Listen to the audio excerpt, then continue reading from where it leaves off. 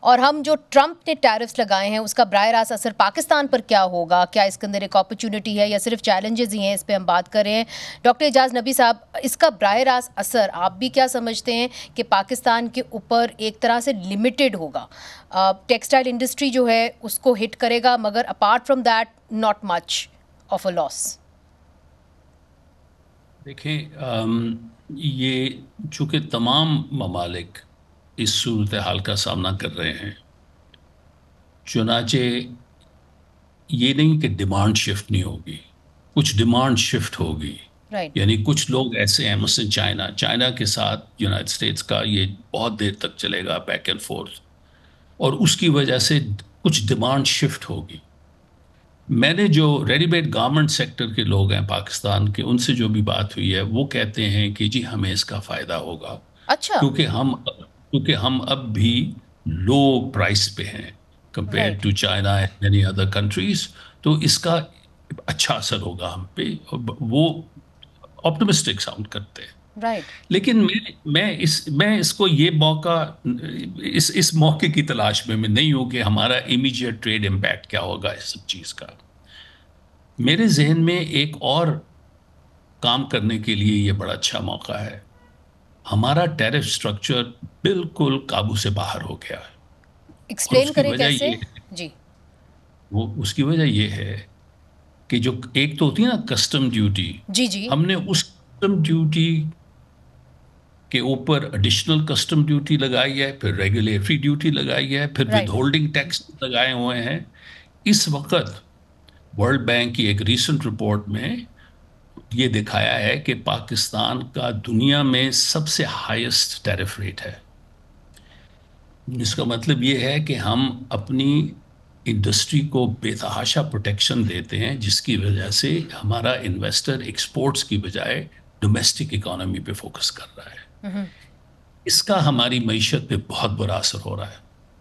ہمارا export to جی ratio پی ریشیو گرتا جا رہا ہے، اور ہم ولنریبل ہو گئے ہیں اپنے بیلنس آف پیمنٹس کرائسس کے لیے. تو آپ کیا سجیسٹ کرتے ہیں کہ جو ٹیرفس ہم نے آلریڈی لگائے ہوئے ان کو کم کریں؟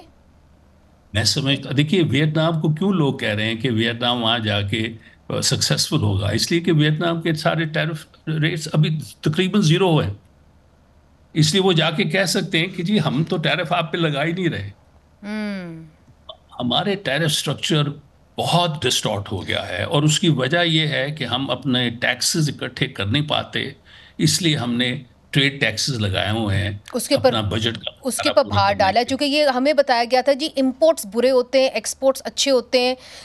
صاف آسان لفظوں میں تو یہی بتایا گیا تھا کہ اکانومی تب تک بہتر نہیں ہو سکتی جب تک امپورٹس جو ہیں وہ کم ہوں اور ایکسپورٹ زیادہ ہوں. وہ بالکل صحیح بات ہے، اور وہ اسی صورت میں ہوگا نا جب آپ ایکسپورٹر کی کاسٹ کو کم کریں گے. اور ایکسپورٹر کی کاسٹ اس وقت کم ہوں گی جبکہ وہ جو ان پٹ استعمال کرتا ہے، وہ سبسیڈائزڈ ہوگا. استعمال کرتا ہے وہ انٹرنیشنل قیمتوں پہ ملے گا. یہ نہیں کہ اس کے اوپر ڈیوٹی لگ رہی ہے.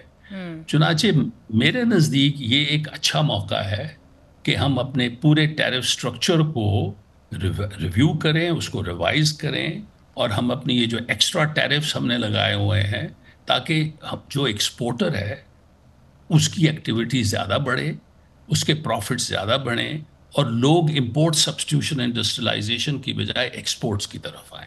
تو میں تو سمجھتا ہوں، اس لحاظ سے سمجھتا ہوں کہ یہ بڑا اچھا موقع ہے.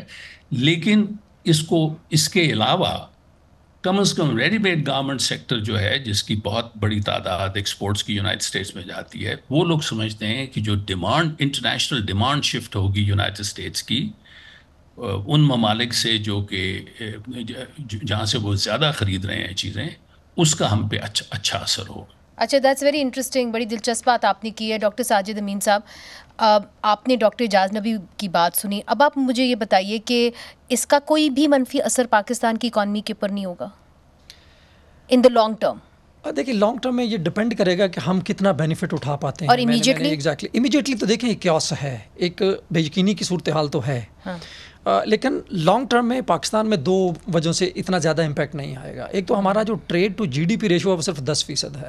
ہم اگر 100 روپیہ ایک ملک میں اکانومی میں بناتے ہیں تو اس میں سے صرف 10 روپے ٹریڈ سے آتے ہیں. ویتنام میں یہ 80 روپے یا 90 روپے یا نہیں، مگر جو باقی مارکیٹس کے اندر ادھم مچا ہوا ہے، اور چائنا کے اندر جو چائنا امریکہ ریلیشن شپ، ٹریڈ ریلیشن شپ چینج ہوگی، اس کا کوئی ہمیں اثر نہیں ہوگا؟ چونکہ ہم ساتھ ہیں چائنا کے، ہمسائے ہیں چائنا کے. ہم اس میں جو پرسپیکٹیو آ رہا ہے، جیسے اعجاز نبی صاحب نے بھی کہا، کل ہم نے بھی اس پہ ایک سیشن بھی کروایا، تو آئیڈیا یہی تھا کہ جو اوور آل ڈیمانڈ ہے وہ شفٹ ہو سکتی ہے، لیکن اوور آل جو ڈیمانڈ کے پیٹرنز ہیں یا جو سائز ہے وہ شاید بہت بڑا تبدیلی نہیں آئے گی، کیونکہ یہ ساروں کے اوپر ہی آیا. لیکن اگر یہ جنگ جاری رہتی ہے، جیسے چائنا ریٹیلیٹ کر رہا ہے، کینیڈا ریٹیلیٹ کر رہا ہے، یورپی یونین لگا رہی ہے ٹیرفس، تو اگر پوری دنیا ایک کساد بازاری کی طرف چلی جاتی ہے تو ظاہر ہے پاکستان جیسے ملکوں پہ ضرور اس کا امپیکٹ آئے گا. ہماری اکانومی کی گروتھ آلریڈی 2% کے قریب ہے.